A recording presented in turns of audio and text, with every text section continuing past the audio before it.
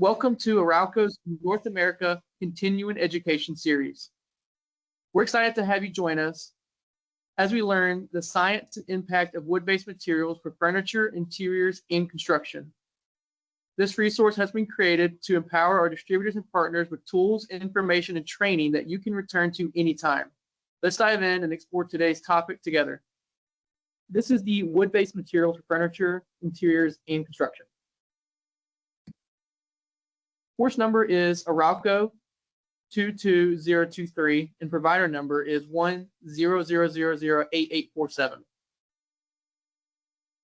I'm going to go through some housekeeping topics as well, and then we'll go ahead and get started with the CEU. This CEU is registered with the Interior Design Continuing Education Council for continuing education credits. This credit will be accepted by the American Society of Interiors and Designers, International Interior Design Association, IIDA, and IDC.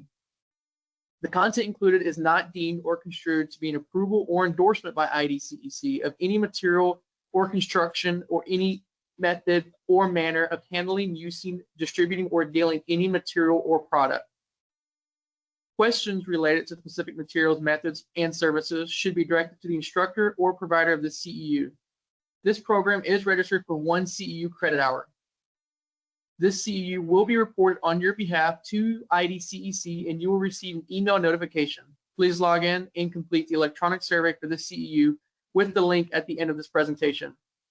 Certificates of completion will be automatically issued once you have submitted the online survey for the CEU. Attendees who do not belong to ASID, IIDA, or IDC and do not have a unique IDCEC number will be provided with a certificate of completion after the CEU, if requested.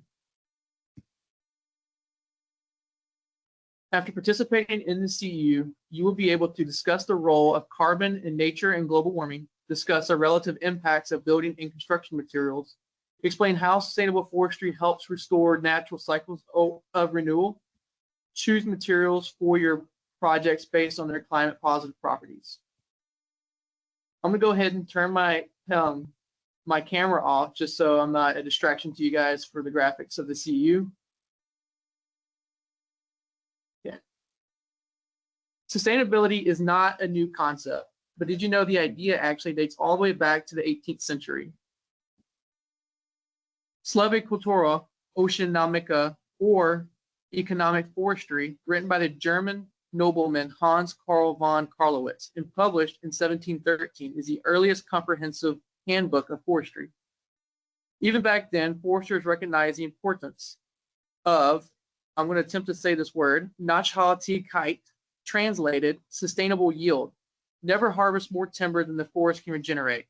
Common sense from a sector whose resources are technically infinitely renewable, unless, of course, it is harvested to extinction or to the point where the desired species are so rare or so hard to source that the economics no longer add up. Fast forward to today's most commonly accepted definition of sustainability, courtesy of the United Nations, meeting the needs of the present without compromising the ability of the future generations to meet their own needs. Writer and environmentalist Clara Fain comes at this issue from yet another angle in her essay, Why I Don't Like the Word Sustainability. In nature, sustainability is not a healthy state of things. A healthy ecosystem is vibrant, thriving, dynamic, and creative. In a climax ecosystem, such as a mature rainforest, diverse species find their own niche in the ecosystem, and the activities of one feed those of another. A healthy ecosystem is resilient, an environment where all living things thrive. Human societies are the same way. A society that merely sustains itself is in trouble. It is on the verge of collapsing. As you can see, discussions of the true meaning of sustainability can be a bit academic. It's important here to set the scope of our topic today in the context of furniture and interior design materials. The 3 pillars of sustainability. Zooming out, a commonly referenced take on the issue cites is the 3 pillars of sustainability diagrammed as spheres. 1, social equity, 2, economic viability, and 3, environmental protection. The area where all 3 shapes intersect is sustainable. Top sustainability issues impacting the environment. When we think of sustainability in terms of top issues impacting our ability to secure resources for future generations, some of the things that come to mind are climate change and depletion of natural resources, including deforestation. Note, deforestation versus managed forestry is explored in full later in the CU. Others include pollution of water and air and the generation of waste. For this CU, we'll focus on climate change and its causes and resources, depletion, and strategies to address it. Climate change. To understand climate change and why sustainable development goals are geared towards slowing the increasing of Earth's temperature, we need to first understand how heating and cooling of the Earth takes place. Much study has gone into understanding this. Let us boil it down into simple terms. Most of Earth's energy comes from sunlight. Some sunlight is absorbed by the Earth and some is reflected back into space. Natural reflection of this sunlight is how Earth cools itself. How much of the sunlight that gets reflected depends on the qualities of the surface that the sunlight strikes. Snow and thick clouds tend to reflect sunlight, while other surfaces such as asphalt and even water absorb sunlight. Absorbed sunlight then causes the molecules of the absorbing surfaces to vibrate faster, then re-radiate energy as long-wave radiation, which we feel as heat. In Earth's history, there are notable cycles of climate change, as shown in this chart. GWP and CO2e. Research has shown that the presence of certain gases in Earth's atmospheres can reabsorb long-wave radiation and re-radiate it back to Earth. These are known as greenhouse gases. Due to the similar impact that heating up of a greenhouse has on Earth's temperatures, these gases are carbon dioxide, CO2, methane, CH4, nitrous oxide, water vapor, and fluorinated gases. Each of these gases have a different effect on global warming called GWP. Because CO2 is viewed as more responsible for global warming, you will often see any greenhouse gases converted to its CO2 equivalent, or CO2e. Resources can be categorized into two main categories, renewable and non-renewable. Non-renewable resources are those that are present in the Earth in a finite supply or that cannot be replaced at the same rate as they are consumed. The most prominent of these are minerals, ores, and fossil fuels. Renewable resources are those that are plentiful and can be regenerated once consumed. Examples include biomass, wind, solar energy, air and wind, and Earth's tides. Forest biomes are one of the planet's Earth's best and most renewable resources. When properly managed, we will learn more about this resource and how it helps heal our planet and decrease co-issues such as biodiversity loss and deforestation later in the session. Since the Industrial Revolution, scientists, political players, and other concerned parties have recognized that our resources are not finite and that the use of the resources has an impact on key environmental indicators such as climate change. Organized efforts to mitigate these issues in recent years have been summarized in notable milestones such as the Paris Agreement and the policies like the International Panel on Climate Change, IPCC. By now, you've probably heard about the growing demand for environmental, social, and governance, ESG reporting. The metrics for measuring environmental impacts of the built environment play a large role in the E of the ESG disclosure requirements. There are many ways to talk about sustainability. In the context of materials and products used in furniture and interior design, the use of recycled raw materials, the use of responsibly sourced materials, impacts on ecosystem, packaging, transportation, efficiency of manufacturing or fabrication and installation, replacements of less sustainable materials, durability, longevity, ease of care, maintenance, circulatory end of life, carbon offsets, and sequestration. Bill is the largest emitter of CO2. ESG reporting is how the investment community and governmental entities are now framing corporate citizenship and the impacts of business practices on the planet and its inhabitants, including us. This is especially relevant when it comes to the built environment because building and construction industry are the largest contributor of greenhouse gases every year. In fact, they account for 39% of mankind's annual CO2 emissions, which is nearly as much as the US and China combined. While it was long thought that building interiors played only a minor role, research conducted by the Carbon Leadership Forum, CLF, and the Seattle-based LMN Architects indicates that interiors may be responsible for emissions at least equal to those related to the structure and envelope of the building. The good news is, this also represents a great opportunity for interior designers and architects. As design specifiers, it's important that you know and are able to share the practical yet critical role you play in addressing climate change. Spoiler alert, we're going to talk about the only material in the building industry or elsewhere that goes beyond sustainable because it stores more carbon than is released into production and use, thrives on healthy resource management, supports traditional industries and jobs in small communities. Its carbon negative properties make it truly climate positive material.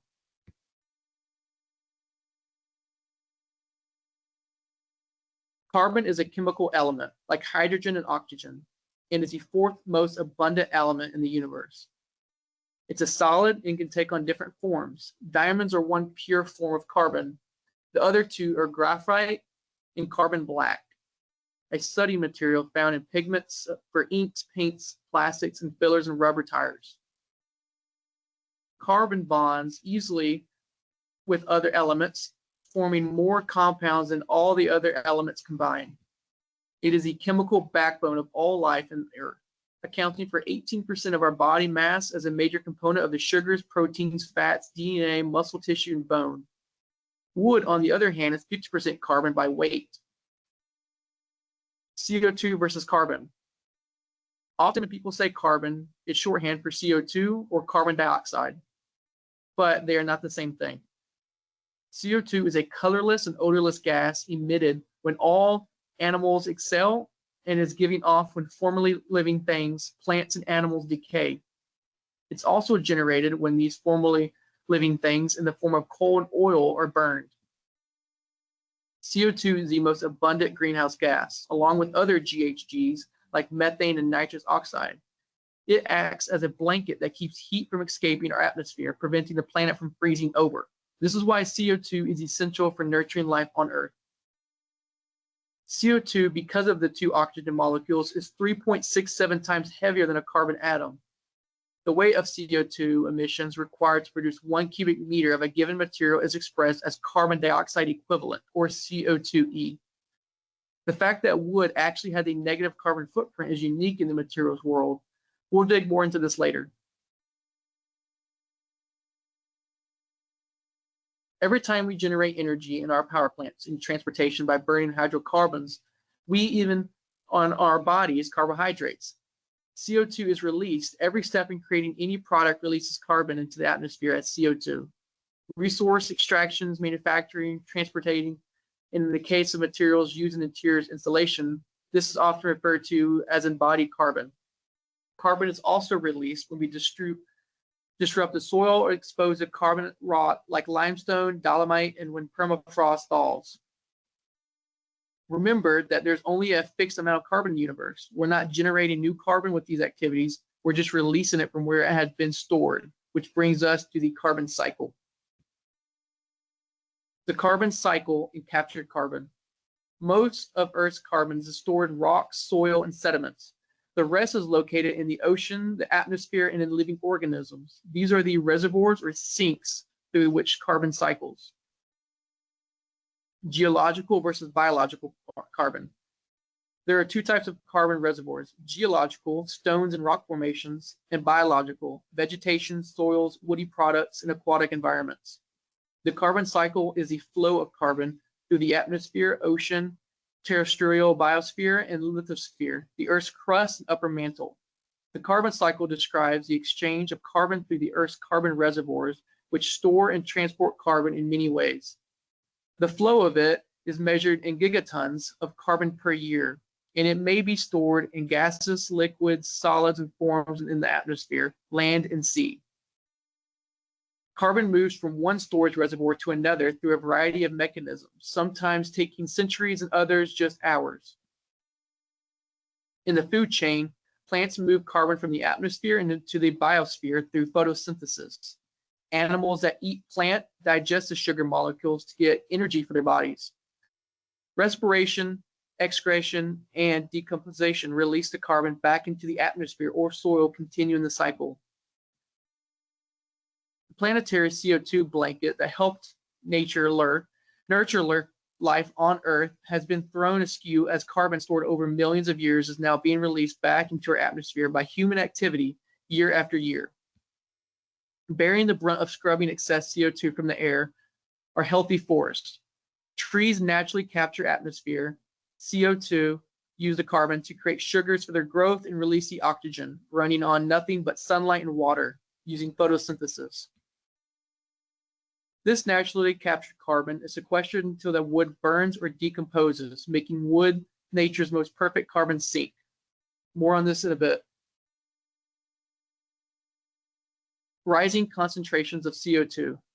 Rising temperatures. CO2 is concentrations in the atmosphere are measured in parts per million or ppm, which scientists are able to track over time through a variety of methods and means. Ancient air bubbles trapped in ice enable us to see what the Earth's atmosphere and climate were like in the distant past. This tells us that levels of carbon dioxide, CO2 in the atmosphere are higher than they have been at any time in the past 400,000 years.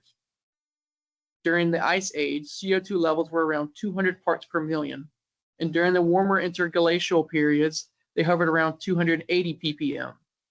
The first graph not only conveys the scientific measurements, but it also underscores the fact that humans have a capacity to change the climate and planet. The main way to slow climate change is an obvious one: stop releasing greenhouse gas emissions.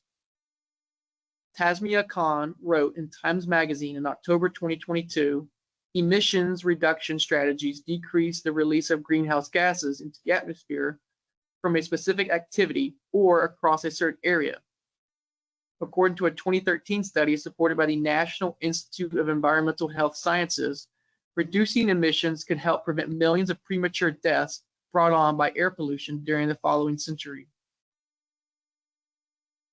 Reducing carbon emissions not only improves overall air quality and safeguards human health, it is absolutely essential in the fight against climate change. Beyond the reduction of emissions, there are a few other ways to reduce the amount of carbon in our atmosphere, the most effective of which is carbon dioxide removal. CDR involves taking CO2 out of the atmosphere and storing it, ideally for a very long time. Man-made solutions for companies like Carbon Engineering in Canada and Climeworks in Switzerland use giant fans to suck carbon dioxide out of the atmosphere and either store it underground in geological formation or use it for things like synthetic fuel and concrete. Nature's version. Forests are nature's CDR mechanism, with the net absorption of 7.6 billion metric tons annually, representing about 1/3 of the annual global emissions. Carbon capture and storage is a man-made process that captures carbon dioxide emissions, compresses, transports, and stores it deep underground. Carbon sequestration is a process of removing carbon from the atmosphere and storing it in another form that cannot immediately be released, like wood and forest. Living plants sequester the most carbon, but soil sequesters smaller amounts through natural geological processes. A global effort, UN climate action. While the science leaves no doubt about the scale and scope of our challenge, reaching a consciousness on what to do about it, giving the possible impact on industries and economic is another issue. Enter the United Nations and their framework of the 17 Sustainable Development Goals. Goals 9, 11, 12, and 13 are directly impacted by the use of materials, products, and industries covered in the CEU. Net zero by 2050. One notable win from COP27 is a report published by the UN Secretary General's high-level expert group on net zero commitments, serving as a how-to guide to ensure credible, accountable net zero pledges by industry, financial institutions, cities, and regions. But What exactly is net zero? Put simply, it means cutting greenhouse gas emissions to as close to zero as possible, with any remaining emissions reabsorbed forming the atmosphere by oceans and forests, for instance. Science clearly shows that in order to avert the worst impacts of climate change and preserve a livable planet, global temperature increases need to be limited to 1.5 degrees Celsius above pre-industrial levels. The Earth is already about 1.1 degrees Celsius warmer than it was in the late 1800s, and emissions continue to rise. To keep global warming to a no more than 1.5 degrees Celsius, as called for in the Paris Agreement, emissions need to be reduced by 45% by 2030 and reach net zero by 2050. According to the UN commitments made by governments so far are falling short of what is required to reach net zero by 2050. Current national climate plans made by the 193 parties of the Paris Agreement, which would lead to an increase of almost 11% in global greenhouse gas emissions by 2030 over 2010 levels.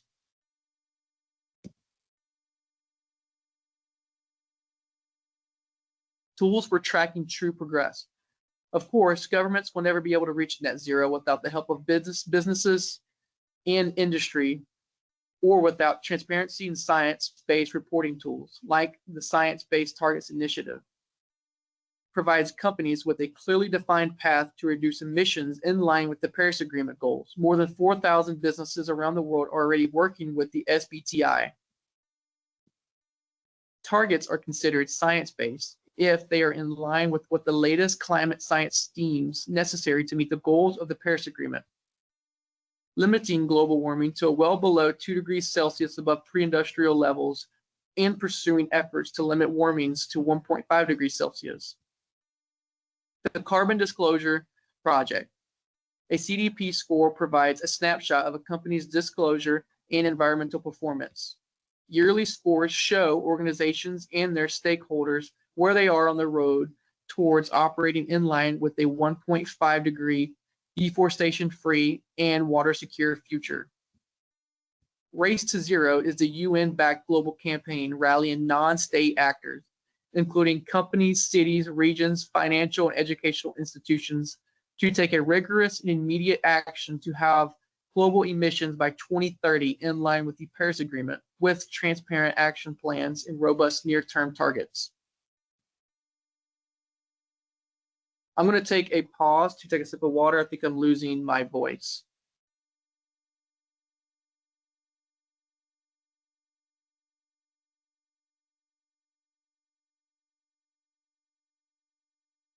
Okay. The role of healthy managed forests. Did you know what is considered an infinitely renewable resource, one of very few renewable building materials available? Managing a forest means sustainable natural ecosystems. Forests breathe, producing more oxygen and absorbing more CO2 in the spring and summer than they do in the winter. Across the United States, average annual net growth in 2016 was twice average annual removals. These forests cover around 17% of the Earth's terrestrial area and are very influential to the Earth's climate. These forests absorb nearly 16% of our carbon dioxide emissions per year. They store 866 million metric tons of carbon dioxide per year, a quantity equivalent to the annual emission from 50 million gas or diesel-fueled vehicles. Forests naturally absorb and store carbon dioxide from the atmosphere, helping reduce greenhouse gas emissions. Although significant regional changes have occurred, the total area of forest land have been fairly stable for the past 100 years. In North America, only 1 out of every 8 trees requires replanting. The rest naturally regenerate. These managed forests, also called working forests, supply much of our flooring, siding, architectural molding, lumber, and fiber for composite wood panels like particle board and MDF. They were designed by nature to regrow after being decimated by fire insects every 40 years or so. Well-intentioned humans have interrupted these cycles to protect property and recreational areas, resulting in excess fuel for fires that sometimes burn so hot they actually sterilize the soil. Forestry management restores these natural cycles by carefully selecting and harvesting plots of older trees when they provide maximum yield, but before they lose their ability to absorb carbon and produce oxygen. The resulting open meadows are perfect for the next generation of young, healthy trees. These ecosystems are naturally self-regenerating.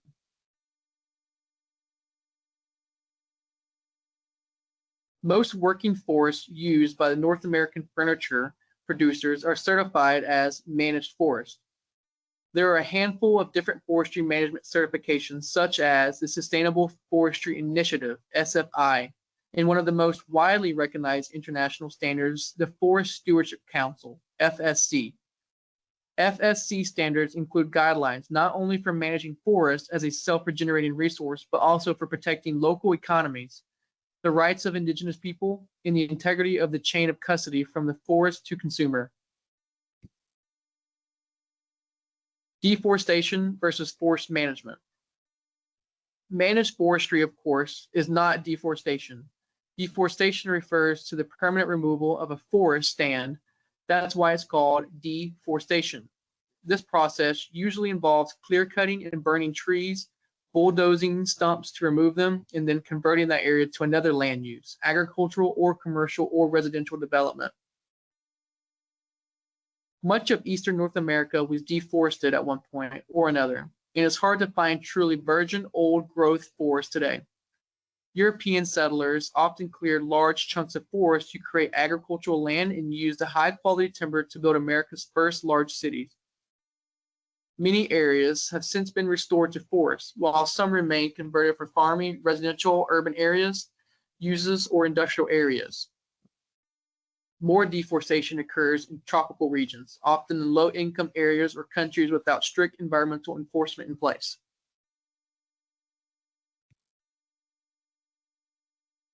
The more efficiently we can use fiber from those forests, the longer that captured carbon remains sequestered. This means striving to use as much fiber as possible from harvested trees and creating high-demand, durable, and beautiful products with it. Because wood fiber is 50% naturally captured carbon by weight, your average 80-pound sheet of particle board is storing 40 pounds of naturally captured carbon. This is actually about 16 pounds more carbon equivalent to nearly 60 pounds of the CO2e than we release when it's harvested, manufactured, in use. In other words, it keeps 40% more CO2 out of the atmosphere than it costs to make.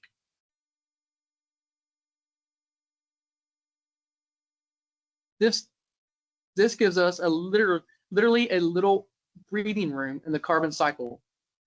Ever increasing manufacturing efficiencies are turning out panels of higher quality using less materials, further increasing their positive impacts. But these advances won't move the climate change needle unless they're widely used and remain in use for long periods. It has often been said, if you can't measure it, you can't manage it. This is a timely place to address the importance of carbon accounting math. Some widely recognized tools that are used to evaluate carbon footprints are life cycle assessments, environmental product declarations, the GHG protocol, and ISO.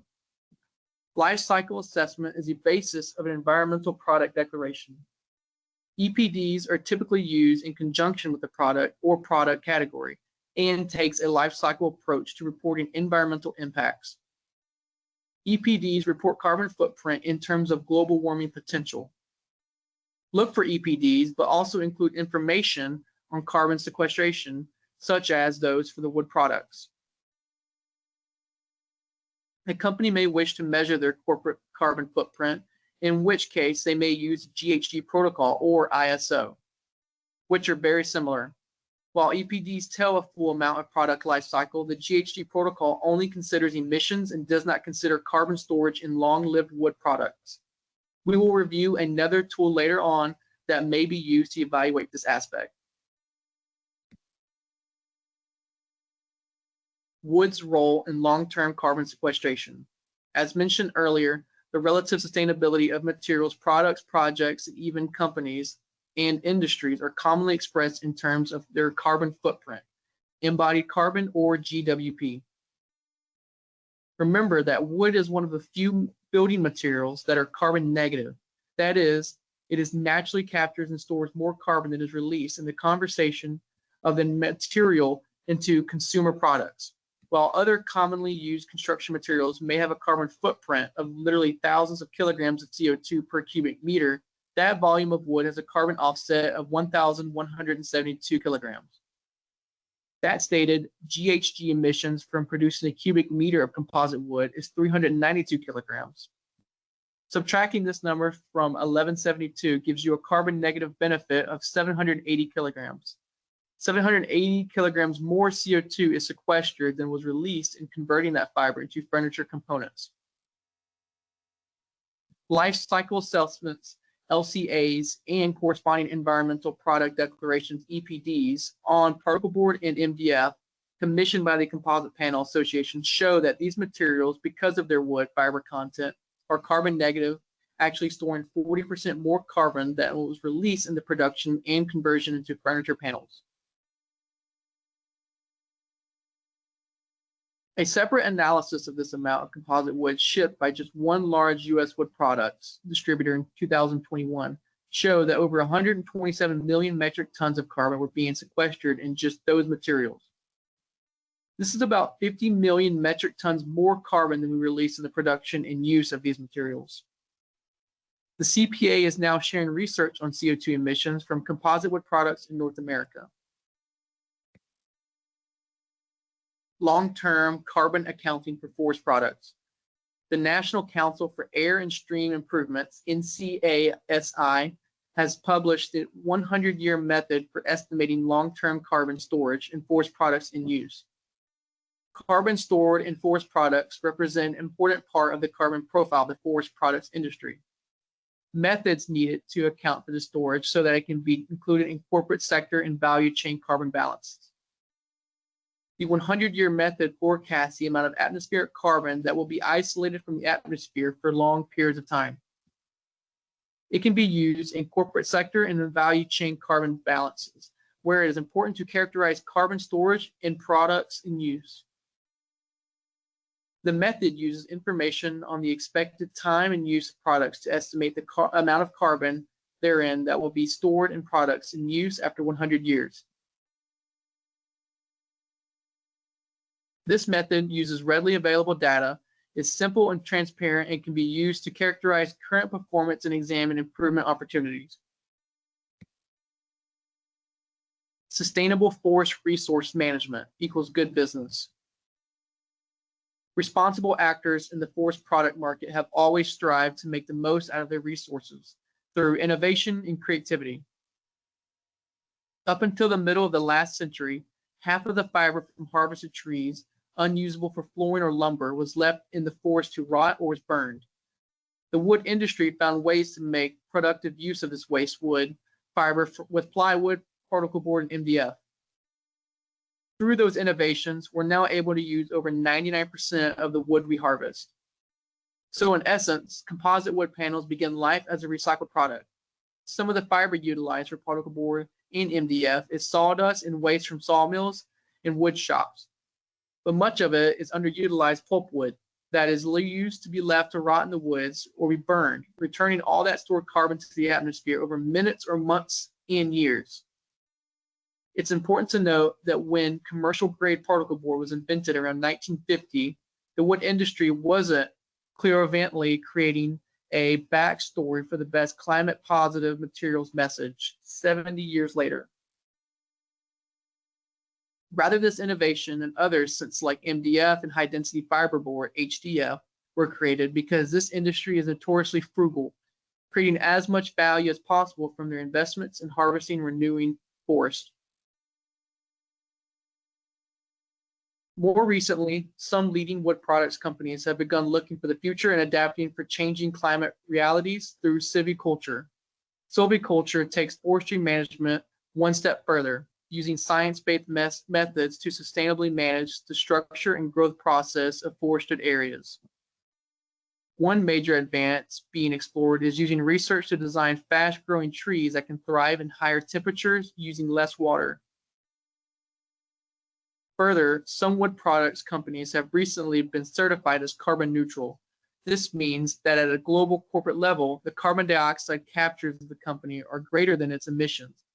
This achievement is sustained by two complementary paths: efficiencies at an operational level that allow companies to reduce greenhouse gas emissions and at the same time an increase in CO2 captured by native forests and forest plantations under their management, and the carbon stored in their wood products. Additionally, companies are reducing their emissions by integrating clean and renewable energies from biomass into their production process, thus contributing to the much needed decarbonization of energy grids. The district advantages of wood-based materials. As a resource, it's infinitely renewable and easy to manage with knowledge that dates back at least 300 years. Wood sourced from managed forestry, just about all wood sold in North America, monetizes its carrying for ecosystems that are critical for human and planetary health. Harvested wood is easy to work and craft into the basic building blocks for structures, interiors, and furniture, and many other commercial and household products. Wood requires less energy than other materials to convert into the product we use. Wood-based panels are compatible with the myriad of decorative surfaces and finishes, so they'll forever be on trend no matter your market or region. Wood has a higher strength to weight ratio than most other materials, 20% higher than structural steel and 4 to 5 times higher than non-reinforced concrete. New wood-based products are being engineered every year to meet emerging performance, safety, and application requirements. The benefits we discuss apply to all wood and all wood-based products: solid wood, veneers, engineered wood panels, plywood, particle board, HDF, hardwood, structural wood, cross-laminated timber, CLT, and laminated veneer lumber, LVL, and mass timber. All of these natural and engineered wood building products allow us to make incredibly efficient use of the harvested wood fiber, up from just 50% yield 70 years ago to over 99% yield today. And the engineered decorative surfaces like those found on TFL panels. Conveniently emitting walnut, oak, cherry, and other species save countless high-value trees from being harvested for veneers. Further, those durable surfaces will last for decades, extending the sequestration of the carbon in the composite wood cores. The story of wood products adds a unique benefit for companies looking for advantage on a competitive playing field. Even though it's in a material humankind has been building with for a millennial, it's a story is still not fully understood by many in the design and building industry. We'd like to leave you with these important takeaways. Climate change is a reality driven by record rises in CO2 and our atmosphere. Carbon moves through our world and everything in it in a grand massive cycle. The same natural ecosystem that carbon captures are also on in an infinitely renewable resource for climate positive building materials. Wood is the only material that stores more naturally captured carbon than is released in its production and use. All wood is 50% stored carbon by weight. The more wood we use, the more carbon we keep out of the atmosphere. We do hope that the CEU helps you make more informed choices that will help move the needle towards a more sustainable future for building environments. Thanks again for taking this time for this today's CEU. I'd like to shift gears and introduce you to ARAUCO, who we are, what we do, and how we can support your work in the field. So, like I said earlier ago, my name is Hunter Hall. I manage the TFL product line for ARAUCO across the East Coast.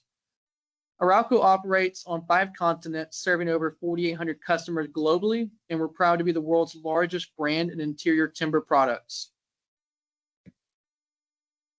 ARAUCO has a strong manufacturing footprint across the U.S., giving us the ability to support customers wherever they're located.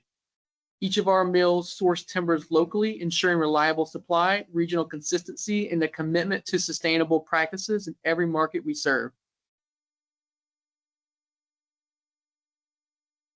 ARAUCO is proud to be the first company in our industry to achieve carbon neutrality. This commitment reflects our long-standing focus on sustainability, from responsible managed forests to low-impact manufacturing and its core value that drives everything we do.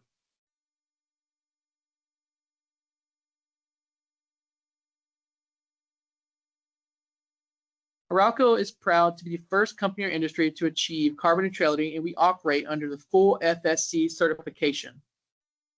This achievement reflects our deep commitment to sustainability, responsible forestry, and reducing environmental impact at every step of the process.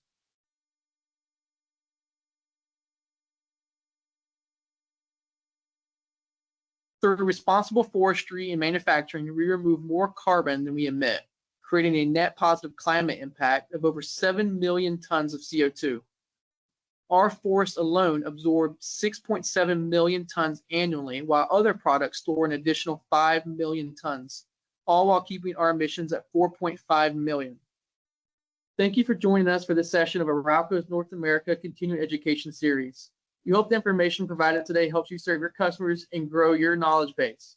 This resource will remain available in our Distributor Resource Center, so you can revisit it whenever you need.